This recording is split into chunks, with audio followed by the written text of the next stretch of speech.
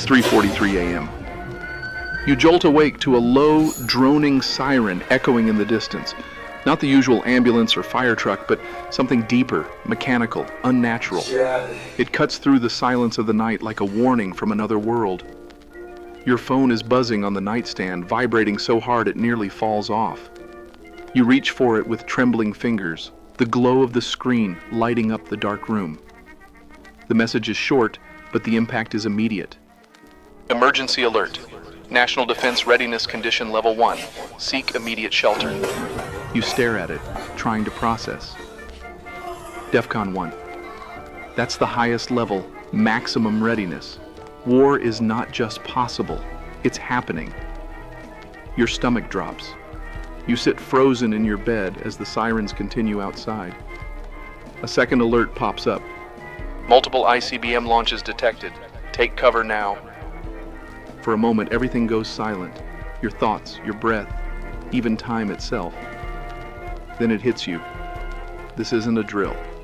This isn't a movie or a news headline from some far-off land. This is real, and it's happening in your lifetime, in your city, on your street, right now. You fumble with your thoughts, your legs heavy as you try to stand. You think about your family, your bug-out bag, or the lack of one. You wonder if you have enough food. You realize you don't know where the nearest fallout shelter is. You don't even know if you're supposed to stay or run. World War III has just begun. So what do you do? Before we dive into practical advice, let's quickly take a look at the current geopolitical situation, so you understand why this isn't just a movie script.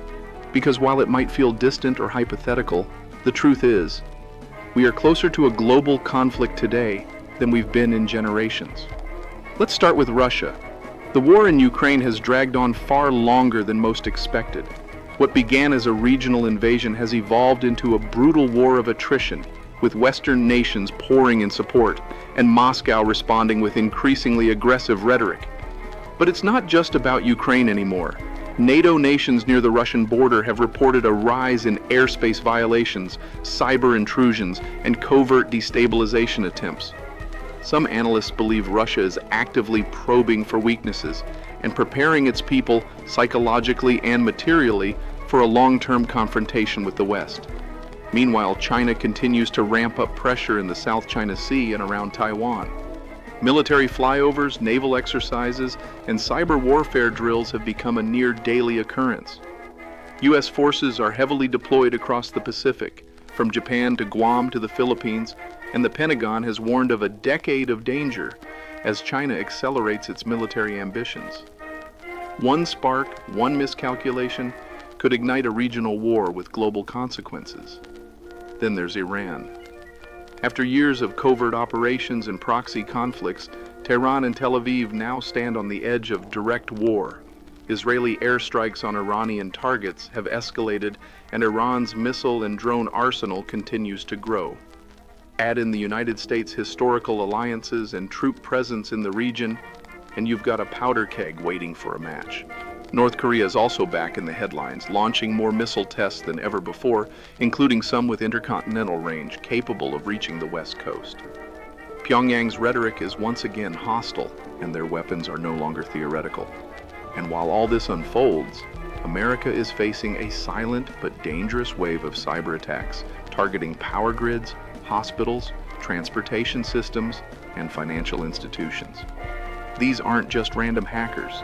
They bear the hallmarks of coordinated, state-backed operations designed to test our resilience, map our weaknesses, and, when the time comes, strike in tandem with kinetic warfare. Taken individually, any one of these threats is alarming, but together they form a web of overlapping crises, a global tension matrix where one wrong move, one political assassination, one misinterpreted signal could trigger a full-scale war. These are the flashpoints, and this is why preparedness is no longer a fringe idea. It's a civic responsibility. It's not about fear, it's about awareness. It's about understanding that the world we knew, peaceful, stable, predictable, no longer exists, and that's why you need to be ready. What if World War III starts tomorrow? This video isn't about fear, it's about being smart. It's not about panic, it's about preparation. And that preparation starts now. Because once the sirens go off, once the power grid goes dark, once the headlines shift from speculation to confirmation, it'll already be too late to start thinking clearly. The decisions you make in the first minutes, hours, and days will determine whether you and your loved ones survive or become casualties of confusion. That's why you're here. You're not here to feed your anxiety. You're here to sharpen your awareness. You're here to learn how to think ahead, act with clarity, and avoid becoming one of the millions who freeze, deny, or wait too long. Being prepared isn't paranoid, it's responsible. You prepare not because you expect the worst, but because you want the best possible outcome if the worst ever comes. So let's stop pretending it can't happen. Let's accept the world as it is, complex, unstable, and dangerous, and take action that puts you in control. Because in a world gone mad, the most powerful thing you can be is ready. Let's start with the basics. What would a modern world war even look like? Forget everything you learned in history class. This isn't 1942. We're not talking about trenches or storming beaches. A modern global conflict would be asymmetric, chaotic, and fast. It would begin invisibly, with lines of code instead of tanks. It would involve cyber warfare, targeting the backbone of society, financial systems, energy grids, communication networks. Satellites could be blinded or destroyed, cutting off GPS and satellite internet. An EMP blast could fry electronics across an entire region, sending millions back to a pre-electric age in seconds. Misinformation campaigns would flood social media, turning truth into a weapon and triggering confusion, division, and panic. And while nations posture with nuclear threats, the real casualties in the early stages wouldn't be from fireballs or mushroom clouds. They'd be from failure of infrastructure, failure of logistics, failure of systems we take for granted. Grocery store shelves would empty in hours.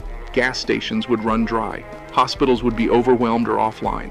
Medication would become scarce. Clean water wouldn't flow. Emergency services would be stretched thin or disappear entirely. The average person wouldn't die in battle, they'd be lost in the chaos that follows a collapsing society. That's why understanding the nature of this threat isn't about military tactics, it's about survival in a world where everything around you suddenly stops working. The war would arrive not with a bang, but with silence. The silence of a dead phone, the silence of an empty store, the silence of waiting for help that never comes. Your first step isn't building a bunker, it's opening your eyes. But before any gear or supplies, the real weapon is your mindset.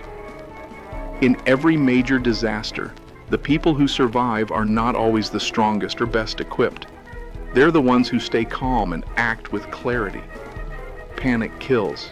Panic makes you freeze or make irrational choices. Your brain shuts down critical thinking and defaults to instinct. And in a high-stakes situation, instinct without preparation is dangerous. The first thing you need to train is not your hands, it's your thinking. Preparation isn't paranoia, it's responsibility. It's the quiet confidence of knowing you've thought things through and that you can act while others are still asking, is this really happening? You don't need to become a hardcore prepper overnight. You don't need a secret bunker in the mountains. What you need is to break through the illusion of safety. You need to accept one truth: the unthinkable can happen. History proves that again and again, and when it does, you want to be a protector, not a liability. You want your family looking at you for answers, not watching you fall apart. You don't have to be perfect, but you do have to be ready. The mindset is simple. Plan for the worst, live your best. You can live a normal life, go to work, spend time with your kids, enjoy your weekends. But underneath it all, there's a layer of readiness that doesn't sleep. That quiet layer is what this video helps you build. Because if tomorrow is the day everything changes, your mindset is the first line of defense. So let's get into it. What should you actually do in the first 24 hours if global war breaks out? The answer might be simpler than you think, but only if you stay calm, act fast, and follow the right steps. Step 1. Assess the threat. Don't panic. That's rule number 1. Your first move should never be emotional. It needs to be strategic. Ask yourself, am I in a high-risk zone? Are you living near a major metropolitan area, a military installation, a port, a power plant, or any kind of national infrastructure hub? These are the kinds of places that would be high-priority targets in a first-wave strike. If you are, your window for evacuation could be measured in minutes, not hours. If you're in a rural area or on the outskirts of low-profile towns, your risk is significantly lower, and staying put may actually be safer than hitting the roads, which could become instant chaos. Your goal is to understand your exposure, not guess it. Open a map. Think like a military planner. Would you target where you live? If the answer's yes, move to step 2 fast. Step 2. Secure water and food. This isn't a cliche, it's a biological law. The rule of 3 is real. You can survive 3 minutes without air, 3 hours without shelter in extreme weather, 3 days without water, and 3 weeks without food. Start with water. Fill every container you own. Clean or not, doesn't matter right now. Bathtubs, sinks, pots, pitchers, even plastic bins. Anything that holds liquid is now part of your survival plan. If you have a water filter like a Sawyer Mini, Life Straw, or gravity-fed system, get it ready. If not, boiling is your next best bet. Don't assume you'll have clean tap water for long. Municipal systems fail fast in war. As for food, think calories, not comfort. Rice, canned beans, peanut butter, protein bars, anything shelf-stable. Freeze-dried meals are gold if you have them, but don't get picky. You're buying time, not flavor. Step 3. Get information. In a global conflict, the first casualty is clarity. The internet might slow down, go dark, or be filled with misinformation. You need analog backups. A hand crank or battery-powered emergency radio can be a lifeline. Make sure you know your local NOAA frequency and any regional emergency broadcast channels. These tools will help you filter signal from noise and may give you critical intel like whether to evacuate or stay put. If you haven't used your radio before, now's the time to learn. Manuals exist for a reason. Step 4. Gather essentials. If you've already built a bug-out bag, grab it. If not, don't waste time. Assemble a rapid response kit. You need ID documents, driver's license, passport, anything official. Cash in small denominations because ATMs and card readers will fail. Prescription medications, ideally 30 days worth. A flashlight, extra batteries, a fully charged power bank, basic hygiene items, and warm, durable clothing. Think of what you'd want if you had to live in your car or a stranger's basement for a week.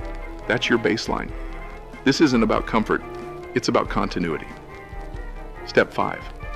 Establish communication. Talk with your family, your roommates, whoever you're living with. Make a plan now. Don't assume you'll have a second chance. Designate a rally point, somewhere you can all meet if you get separated and phones go down. Sometimes SMS still goes through even when calls don't, so try it. Write down important phone numbers on paper. If you're alone, consider checking in with a neighbor or someone nearby. Even minimal coordination can improve your odds.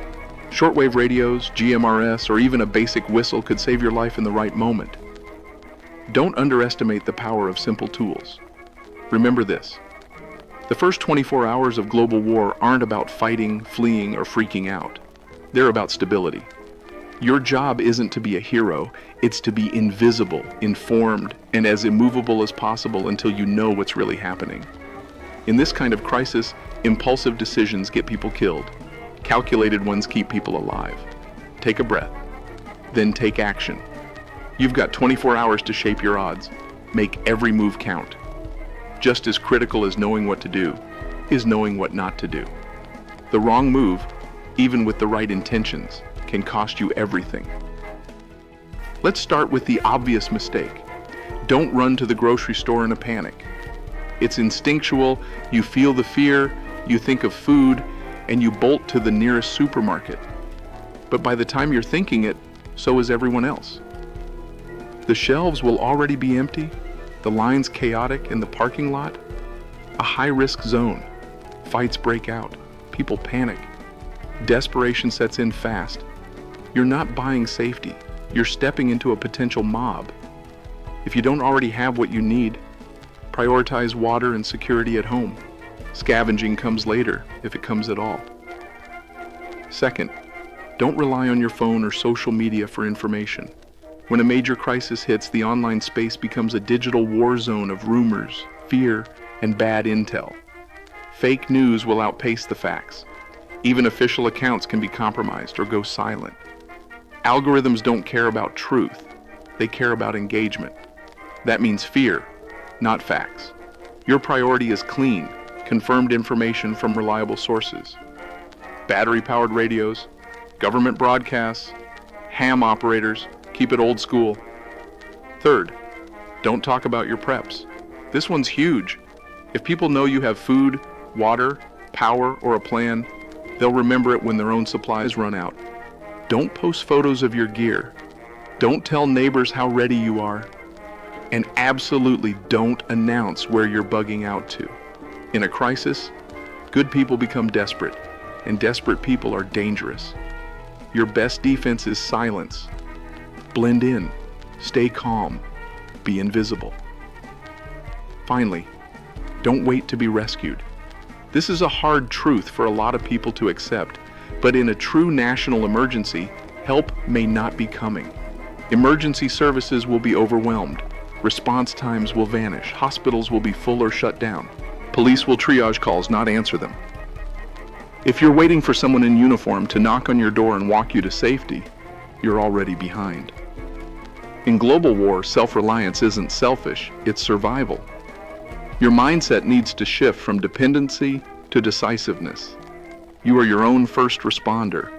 You are your family's backup plan. You are the system now. Accept that and act accordingly. Every mistake you avoid gives you one more step ahead. In this game, survival favors the prepared and the disciplined. So what can you start doing today, right now, before anything actually happens? The answer is simple. Start small. This isn't about building an underground bunker or spending thousands of dollars overnight. It's about taking smart, manageable steps that build real resilience over time. Start with the basics. Create a 3-day supply of food and water for every member of your household. That's 9 meals per person, and at least 3 gallons of water each. Think shelf-stable. Cans, rice, peanut butter, energy bars, water jugs, or bottles. If you store it in a cool, dark place and rotate every few months, it'll be there when you need it. Next, buy a battery-powered or hand-crank emergency radio. These things are affordable, low-tech, and incredibly useful when the grid goes down. It's your direct line to emergency broadcasts, weather updates, and news when your phone goes silent. Don't wait until you need it to figure out how it works. Learn now.